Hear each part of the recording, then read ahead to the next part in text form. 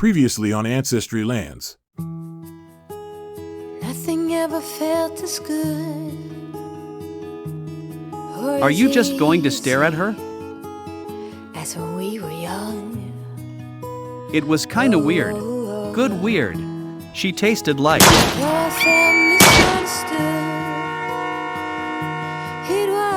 And we brought Avon in here to slice through the nonsense to let everyone know, because you're buying salesmanship, and he's giving you truemanship, true value and understanding, and that's not going to be flashy. That's why term is you don't. It's a time period. After that, you die, and you say you get paid. I'm like, hold on, the dead man taking the money with him. What's the Pharaoh of Egypt? They get paid. Family gets paid. Your family gets paid. All right. All right, so did you get somebody up out of here and then collect on the money, or is that? I want to ask for the people who might be thinking a little on the left here. Yeah, well, I mean, it's always going to be, if somebody passes away, there has to be a death certificate found, and right, death. Because I mean, obviously, if a husband murders a wife, they're not getting that money.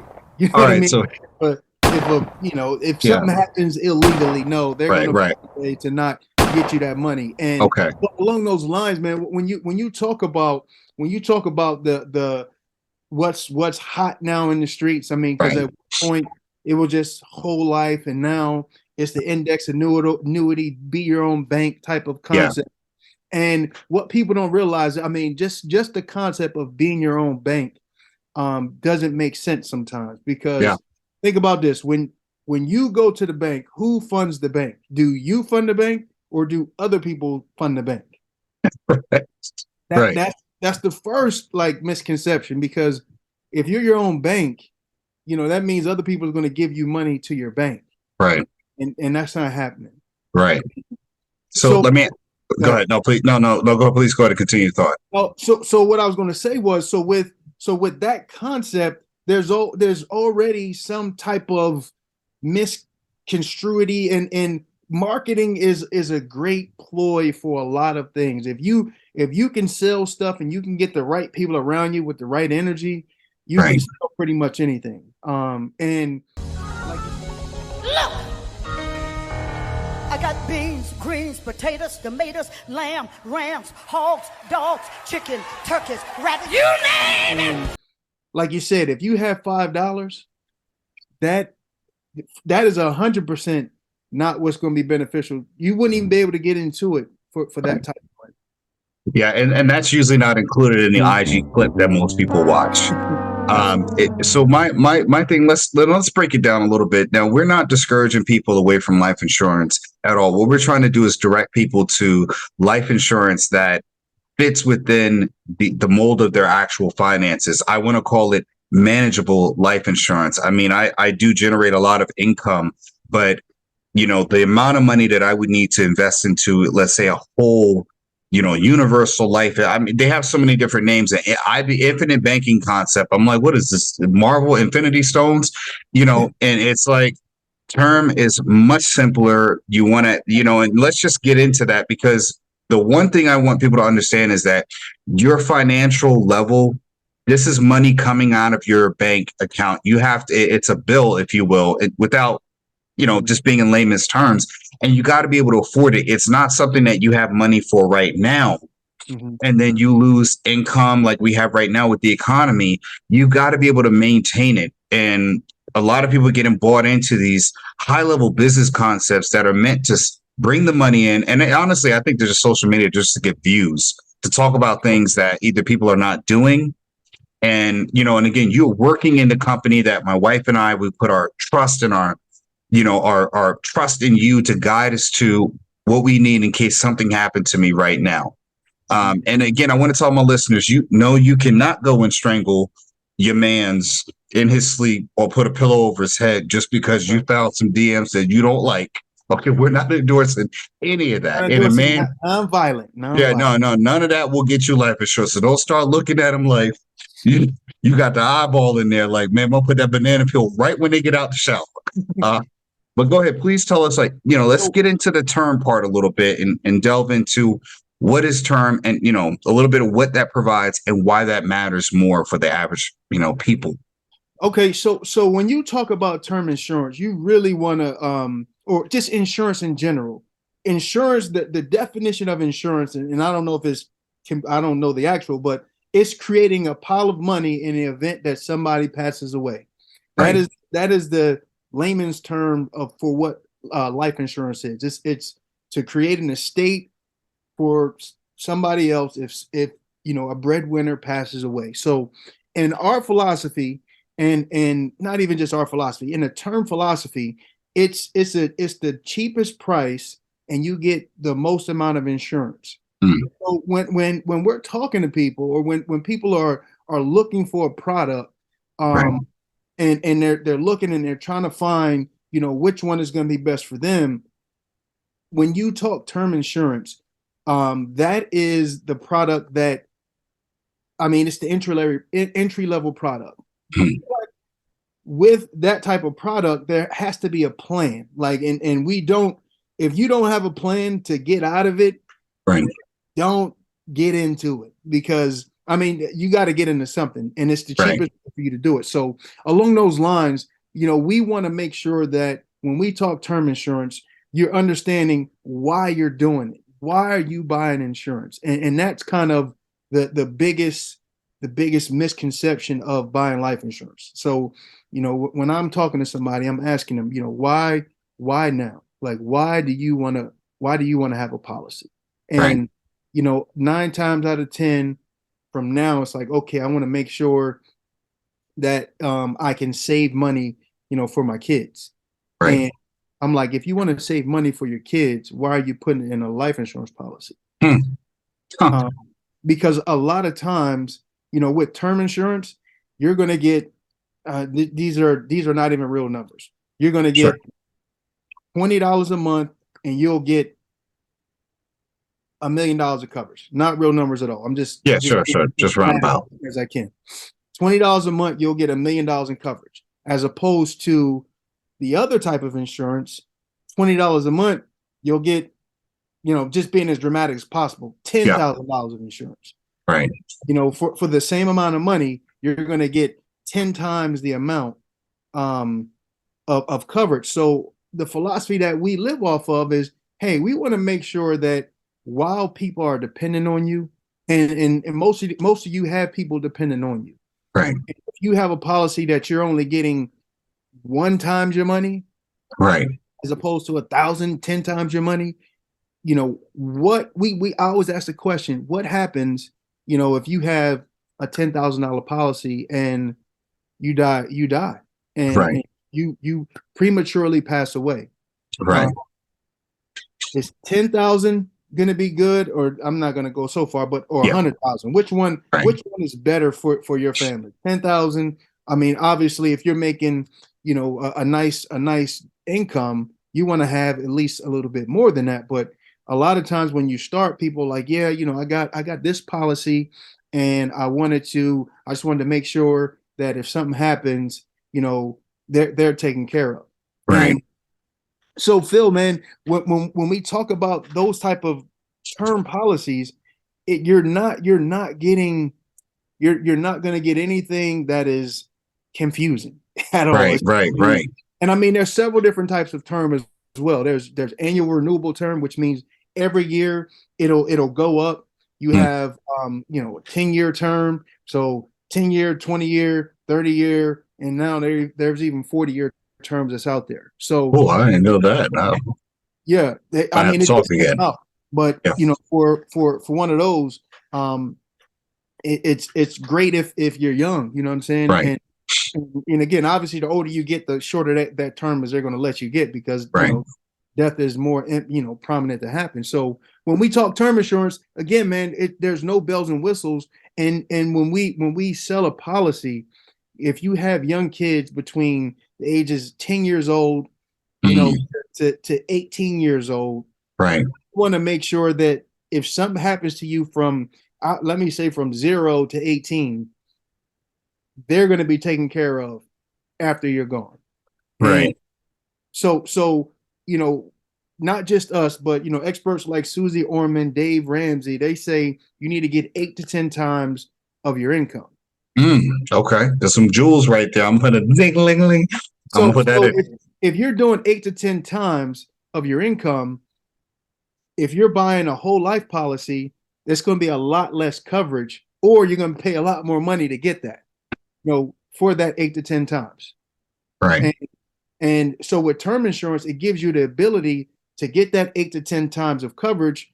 So, with the amount of money that obviously you can afford. And again, price, I would say is relative to how much money you make. If you're bringing in $600,000 a year, and you come and tell me you want $100,000 of life insurance, I'll look at you like you don't care about anybody. You know what I mean? Right. It's not about you. You know what I mean? Unless that 600 is not, not taking care of anybody.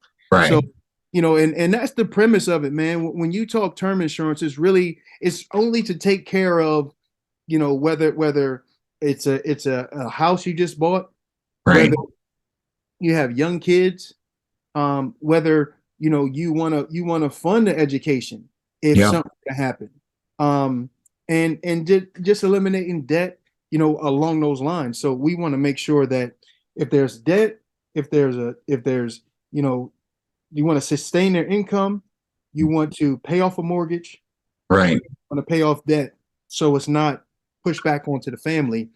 Right. That's what we feel the need for life insurance is. And I'm gonna love to see the comments of, well, it's gonna be great to do this, because I love the back and forth, because ultimately, you want answers? I think I'm entitled. You want answers? I want the truth. You can't handle the truth. I'm gonna make a lot less money than the person that sells a whole life policy that has the cash value portion attached to it. So for that same $20 to get to $100,000, it's going to cost you $50. So now there's an extra $30 in there. And if we can get into it, so you're paying $50 for a cash value policy, and $20 for the insurance, and then $30 for the savings portion of it. Right. So along those lines, who is in control of that money? I mean, who would you think is in control of that money? You're paying the insurance company that money. Right. The insurance company. For you. Right. They're utilizing the money, right? They're utilizing the money. And if you pull the money out, this is what a lot of people don't understand. When you pull money out of those type of accounts, what do they tell you have to do? And before you answer that, if you answer it, it's kind of rhetorical, because I'm gonna answer it myself. Before I answer that question, right? When you put money in there, it's supposed to be your money, right? Right. It's supposed to be your money. So when you have to pull that money out, do you get a withdrawal slip? Right. Or do you get a loan application? They're not hearing this. Go ahead, please preach on. You got the floor. Whose money is it though? Right. Do you borrow money from yourself? Right. And do you if you're borrowing money from yourself, you can, but 9 times out of 10, you're gonna go withdraw money from yourself. 9 times out, if I'm going down to the shore, right, and I'm like, okay, family, we're gonna ball out, we're gonna go stay right on the beach, and I go to take 10 grand out, and they say, hold on, Avon, time out. I know you want to pay this whole trip in cash, but in order to take this loan, to get this money out, you got to take a loan. I'm like, well, this is my money, right? So with that, that's where people, that's another misconception, that it's their money. It's not your money, because when you borrow it, you got to pay it back. Right. You got to pay back your own money that they're making money off of while they're getting richer. So let me ask you this question, Phil. Yeah. Let me ask you this question. Sure. So when you borrow that money back, I'm sorry, when you borrow that money from them, right? How much interest do you think you have to pay on that? I would probably say 10 to 15%, just throwing a number out there. And do you think it's more than what you gain, or? Oh, absolutely. Yeah. So when you put your money in there for it to grow, do you think Right. you're going to get the same interest when you pull it out? No, I'm going to be paying back more in the penalties than I do in the interest earned as in profit. Yeah. And my next question is, let's just say you had 50 grand in there, and Right. you took out all 50 grand, and you had $100,000 life insurance policy. Phil. Right. How much life insurance will you actually get? I would say zero at that point. No, I could be wrong. I don't know. I'm not. I'm just going to answer stupidly. I mean, it's a basic math, like 50,000 left, or Yeah, it's 50,000. okay, got it. So what happens is I can hear my dad slapping me in the back of the head. It's like, boy, I paid $20,000 for you to go to private school. No, You don't know but I mean, that, boy. this is stuff. This is stuff Yeah. that people they're not going to tell you this. Of course. Because if you borrow that money back, if you borrow that money out of that policy, Phil, and Right. you pass away before you pay it back, Mm. instead of your family getting 100,000, Right. they're going to take the portion of that. Right. And don't let it be, you 100 years old and you've gotten your money, you took all your money out. There is no money in there now. Right. Let me ask. I'm going to add a comment, but I'm going to add a question back. The people who are in the industry of the concepts of you could borrow, you could take the cash out in that. If you're talking about taking out 50K, you've got to be able to have the income vehicles to replace that back quickly to avoid the common pitfalls of what we're talking about. I mean, and I'm going to ask you a question because I think this is going to help people kind of understand that universal play of the cash value to long term. That's a step for like advanced. Like that's an investment model that is built on people who are high incomes or have income velocity to replace it. For lay people working a $50,000 to $100,000 job, you're talking about, like you said, you're taking a certain amount of money and you're 8 to 10xing it on a return if something happens to you. That means right now your family can manage or hopefully handle whatever's on your plate financially now and maybe can gain a little ground. Right. How if you're doing a $500, $600 a month for a cash value life insurance, you got to put in enough to get up to that 50,000 to be able to. How long is that going to take you? So let me ask this question. I would want to know from a person. I wish we had a person who was a whole life insurance advocate to talk about how many regular people in a certain financial status or income category, stay in a cash value or whole life insurance longer than they do in a term. How do you have more longevity clients than the cash value people? Because let's say 100 people start off on both sides. I would imagine the cash value people tap out because you need to be a certain income level to maintain that. Right. 10 years down the road, 15 years down the road, and withdrawing and replacing, where in a term, you generally can manage it. If you got a car payment, hell, mine's less than a car payment now. You can keep on affording it. It's part of our household bills that we take care of. Yep. What would you say to that? I mean, because that, So it's twofold. It's twofold because right. what happens is when people are sold whole life policies, they're not sold the IULs because to answer your question, they can't afford those policies. Right. Because in order for that policy to really benefit somebody, right, what they have to do is initially dump a lump sum in there. They tell you, hey, because what happens is there's a cost for the insurance. Right. And there's a cost it's a cost of doing business. So in those policies, initially, if there's no large lump sum dumped into it, right, for the first 3 to 5 years, there's no money in that policy. Okay. So let me ask you this question, Phil. Sure. If you put in $400 a month for a year, so you got right, $4,800. Do that 3 years in a row. Right. So it's about 12 grand, a little bit more than 12 grand in there. Yeah. But there was a zero balance in there. Right. That's crazy. How long would you bank? How long would you bank with a bank that did something like that? I wouldn't even have gotten that far. You're right. Right. But what people don't realize is there are things within these policies that they don't see. So to answer your question, people don't jump into that one too soon, because those are, like you said, for high net worth people. So if you make $100,000, you can potentially get into one of those. Right. Because you have some, depending on your lifestyle. Yeah, for sure. You should have some expendable income that you can do some stuff with. Right. Now, on the other side of it, what's normally sold is you're going to pay $150. Let's just say this is a 30-year-old couple, non-smokers in good health. You're going to pay $150, and you're only going to get $50,000. Right. Wow. So that's really what's being sold. And they're saying, hey, you can have this for your whole life. But if you die from 30, let's say from the clap, you die from the clap. Kids, whenever you start making kids, right?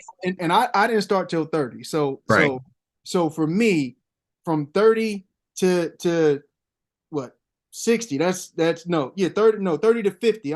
That's when my kids should be out of my house. 20 years old, they should. I mean, they're not going to be, but most of the time, they should be independent of you. Right. Not necessarily needing you. But from that time frame, you want to make sure if something happens to you, they can maintain, they can go to school. There's no way, if you got $100,000 policy, $150,000 policy between you and your wife, that any of that, and I'm talking, and I should be asking, you know, how are you going to sustain that life? How are you going to sustain your lifestyle? Right. Yeah. You know what I mean? And you're spending, and again, let's just say they got $250,000. So you got a $250,000 policy, and you're paying $300 a month for it. Right. Like, as opposed to, I give you $150,000 of term, and you have $600,000. Right. Yeah. So who's better off? Right. So Phil, a lot of people, they're not getting sold the policies that you think. They're getting sold lesser policies, and you guess who's making all the money on that? Oh, the life insurance companies, the banks, and whoever else, the shareholders, of course.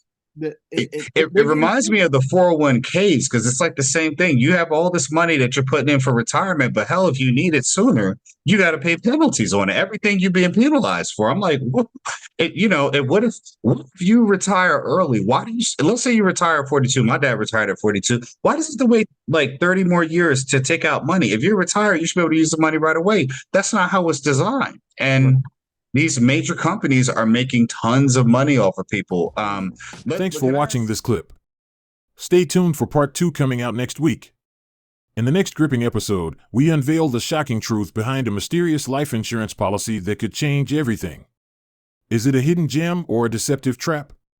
You won't believe what our experts have uncovered. Plus, we reveal an exclusive insider secret that insurance companies desperately want to keep hidden from you.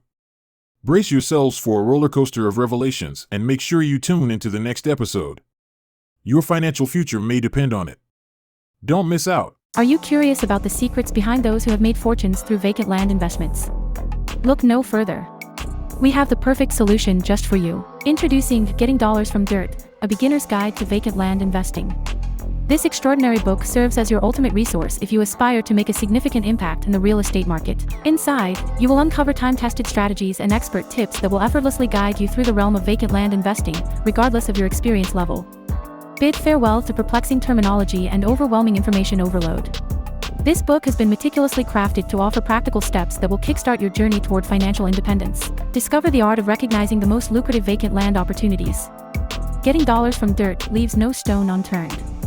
You will acquire the confidence and knowledge necessary to make shrewd investment decisions. Secure your copy of Getting Dollars from Dirt today and embark on your path to wealth. Click the link in the description below to order your copy now. Don't delay another moment. Begin constructing your fortune today.